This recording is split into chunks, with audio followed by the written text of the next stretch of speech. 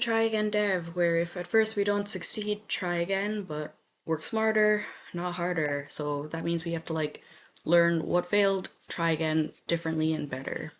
Yeah, so as usual, we solve problems here, see how long it takes to compile things.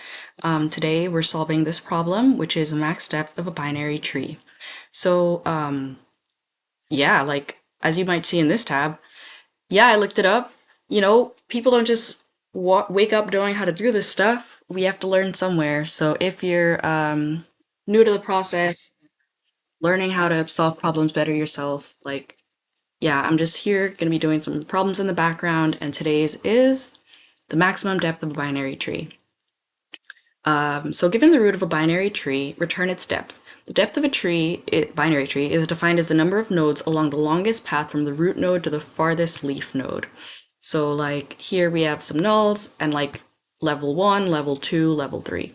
So recommended time and space complexity is O of n, with n being the number of nodes in the tree.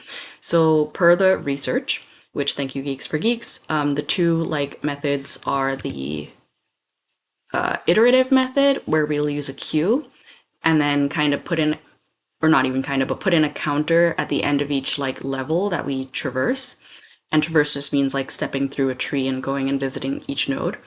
And the other method is like a recursive approach, which for me, the first one that I had like conceptualized or thought of was the iterative approach. So that's the one I'm going to implement. I just wanted to make sure that like I wasn't missing anything. But some of the key points that I'm going to try to implement are going to be a counter, so that each time we go down a depth level, we increment our counter until we find the max height. And the fact that we're going to be putting in the root node and then each node's children nodes to figure out just like where and how deep we get to go down into the tree.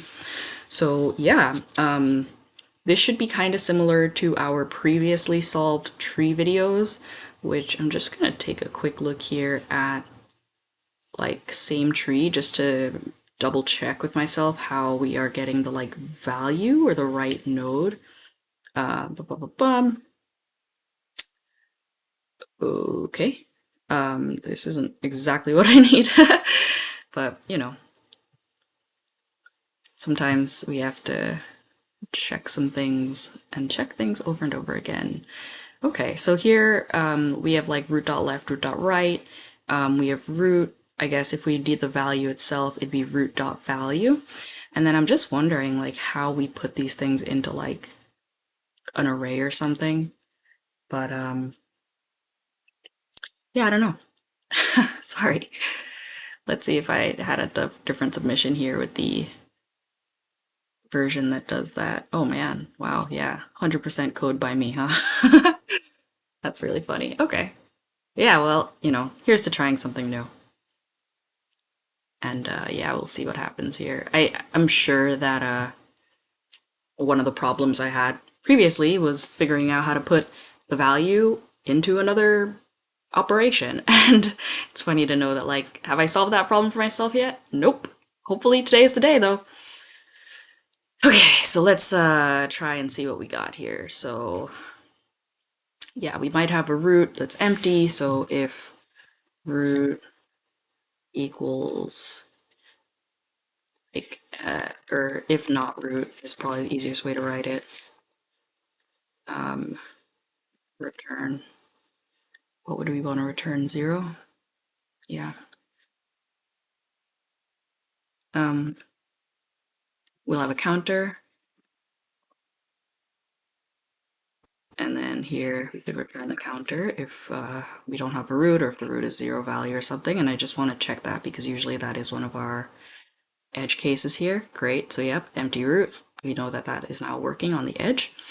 So now let's get into it with our body, if we want to call it that, of the stuff. So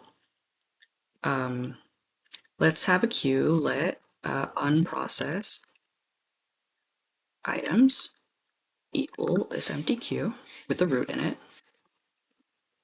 And then now we've already checked that our root has something in there. And then what we want to do is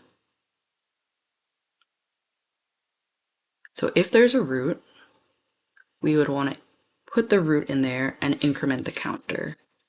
Counter plus plus, because that means we have at least one level. So then, and then like if we wanted to have a recursive function, we couldn't have it start here because this function only takes in the root. And because it's like working with code in the back end for testing, we don't want to like adjust or touch that. So now we have a counter with one in there because there's one level that we've looked at so far. Okay, so now then we want to process items, right? So we can call this function like process items, and then we can take in this array unprocessed items, or like here we can call it array, and then we could take in the counter, right? And then later in the function here, we can like call this process items function with the array that we've set up called unprocessed items and counter. Yeah, just the reason why I had to delete that there, when you have a capitalized letter, it thinks JavaScript, the language, thinks you're using a language feature, like calling something a string or an array or something like that. So that's what happens there. So, and then like here, let's just say we wanted to like console log the counter, for example, just that we're doing something. Let's see what this is saying. Okay, so this is a function. Let's tell the program that. Great, now the program understands it's a function, and as we see, that little red line goes away. So let's see what we can do here. Here we're gonna have our array of items. That's gonna be the children nodes of whatever is in here. So we're gonna say let current item equal, and then we're gonna take out the first item and process it from the array. So we're gonna say we're gonna have the current item be array.shift because all of the items in the array are gonna have to shift forward to take up the position of the previous item when we take it out. We're gonna put in the items that were in here into the array. So then we're gonna say, I'm thinking like maybe we should do while the array isn't empty for some reason, or anyway, I'll come back to that with the counting and everything. But we're looking at the current item. We're gonna say array dot push, and then current item dot left. We're gonna push in the left child. We're gonna push in the right child. It's GHT. And then once we push in all the children of all the items in the array, okay,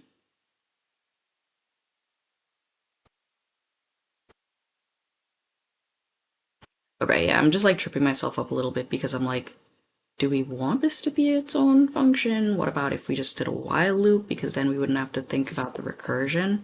So sorry, friends, I'm gonna do a little mid-operation changeover here. So like while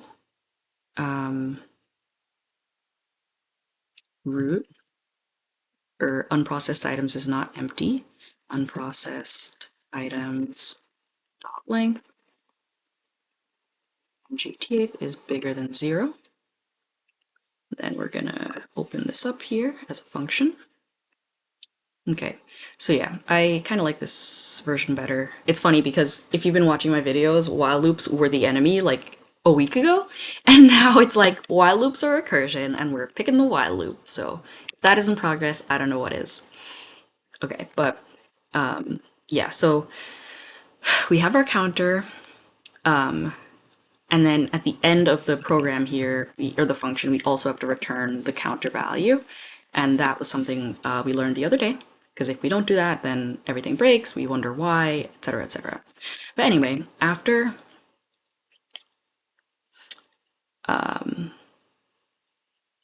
okay, let's see. So how do we make sure that we're counting the right, or we're returning the counter at the right place?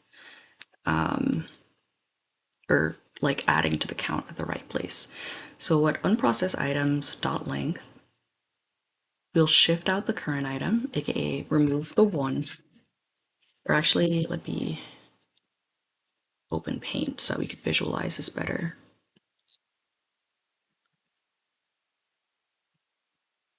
Okay, so we have our lovely image here. Excuse the pixelation. Then we have this item in our queue to process. I wonder if I could make it a color or something.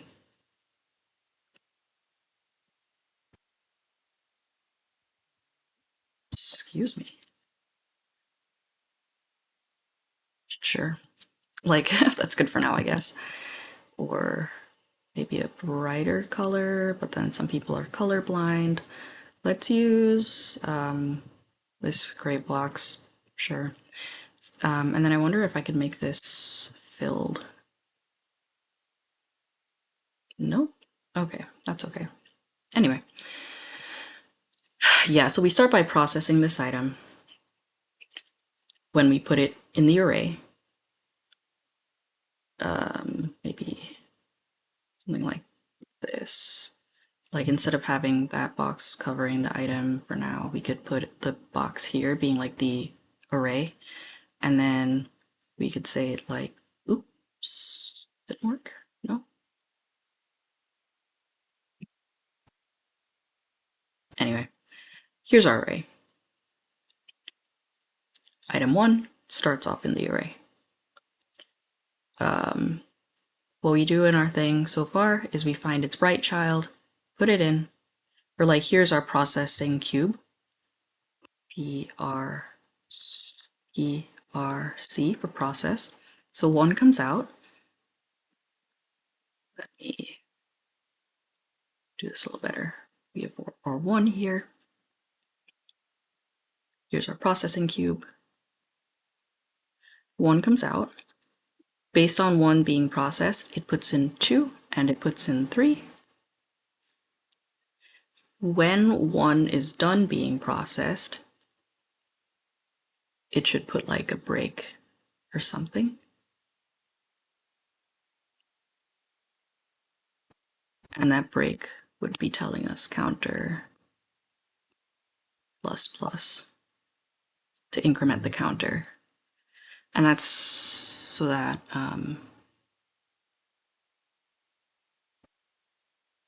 we know that we're going to the next level. But how would we do that with the children?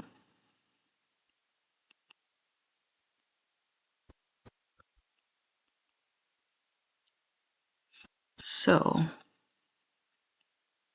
when 1 goes in, or like a new value, because it's like while unpressed items dot length is 0, right? So I guess if we take out the array, which we do when we do the array dot shift, we could say like if unprocessed items dot length equals 0.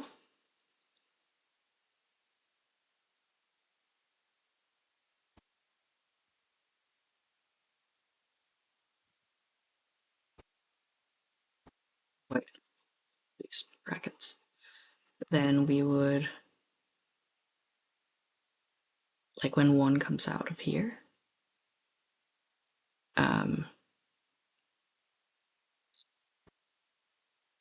like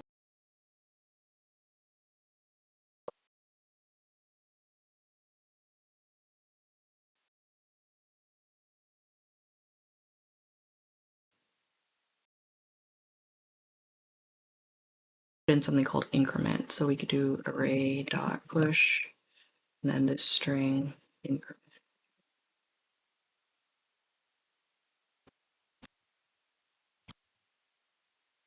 And then counter plus equals 1.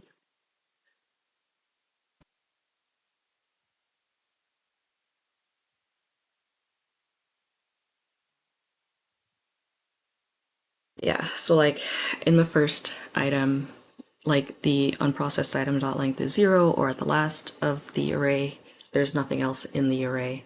So we can do that, or if current item equals increment.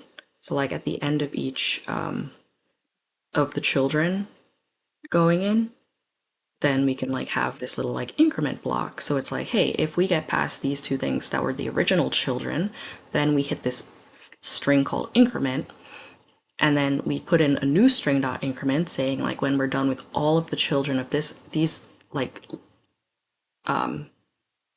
all of the children at this level, we could put this other increment block in, and whenever we've processed a full increment, then we add to the counter. So yeah, for all the children, we'll put them into the array, and then yeah, here instead of array, it's unprocessed items. Okay, so yeah, let's see what there is to see here. And we'll add some console logs in a sec for some visibility. Great, okay. Having some problems, no worries. Okay. The other thing here is like, excuse me, we don't really want to be putting things in that could be null. So like if current item dot left, then we'll put it in there. Oh, and then if we are in this block, we need to continue, because like this is a string, this is never going to have a left, and so we don't want the program to break over that reason. And similarly here, if current item dot right, and put this in here so we're not breaking anything. Okay, let's see why we don't compile here and fix it. Ooh, infinite loop, fun.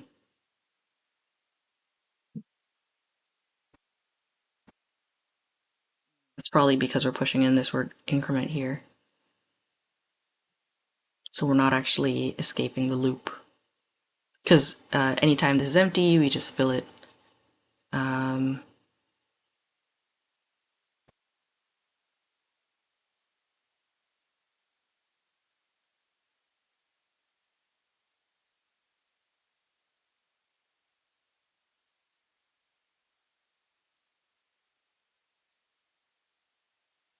All right, well, let's go back to researching while loops.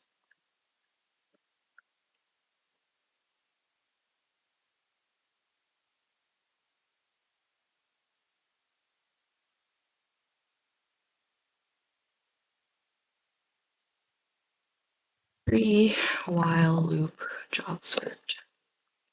You know, they say being a developer is about being able to research well.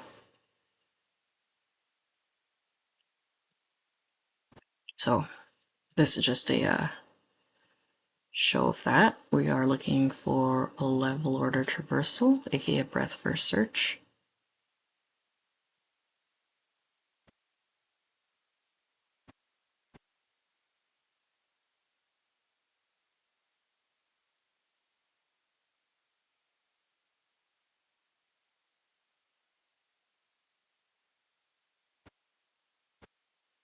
Okay, we put things in the queue.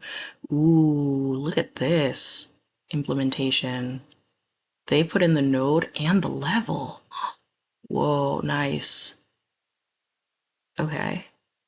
And then while the queue.length, remove the first item. We did that. Okay. How do we know what the level is supposed to be if level's bigger than current level? What?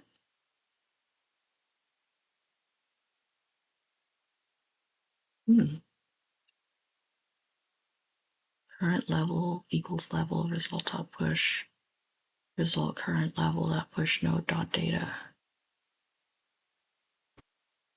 Oh, okay, yeah, level equals level plus 1. Okay, so they are manually doing it. Cool. This was the original example I was looking at that kind of talked about how they were doing it. So I'm like, did they do the same thing? Like, how didn't I notice this? Yeah, okay, so they call the height what I'm calling the counter. And they also enqueued starting with the root. So what's different between this code and mine? Well, q.length isn't 0, great. Let level size equal q.length. Oh, interesting. So this is keeping count of how many things we have left in this level. And then, okay, so they're queuing and checking however many things we have in this level. Interesting. Okay, so it's a while loop with a for loop inside of it. Oh my gosh, that is so cool, and I would not have thought about it. Cool, okay. So instead of this if block here, pretty much we're going to be having a for loop inside this while loop. So we have our current item. Okay, wait, so first of all,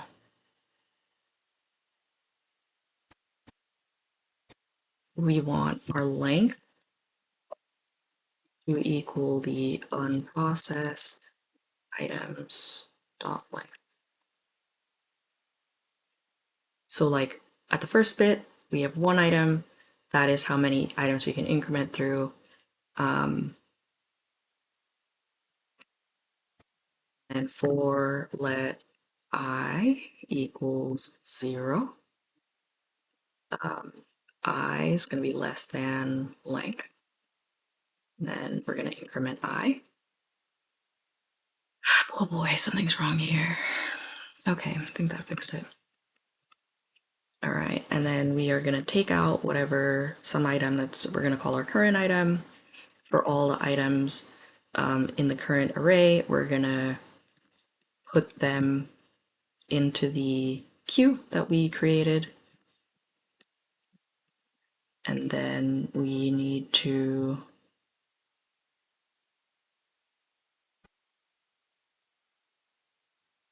at the end of this situation, which is the for loop, increment the counter. Because like every time we get through putting all the... Okay, so the for loop acts on each level of the array. So once we are done with a level of the level order traversal, then all the children of anything on that level will be in the unprocessed items queue. And like we can decrement the counter as we move down a level and check what's there. So that's my understanding of the code as it's currently written. I think that we'll need to not have this counter here, since we'll have this counter here, even on the first rotation. And let's see what there is to see now. Oh, hey, awesome. All right. Okay, so, I mean, pretty much what we learned today is definitely research is key. Thank you very much for Geeks for Geeks and also Sahinarslan.tech. This has been another episode of Try Again Dev, where we try again until we can get a solution that compiles and meets the expectations that we're looking for. So thanks for joining and have a great day. And if you're working on getting better at LeetCode or any other skill, take heart. It takes a while to learn things. Have a great day. Bye.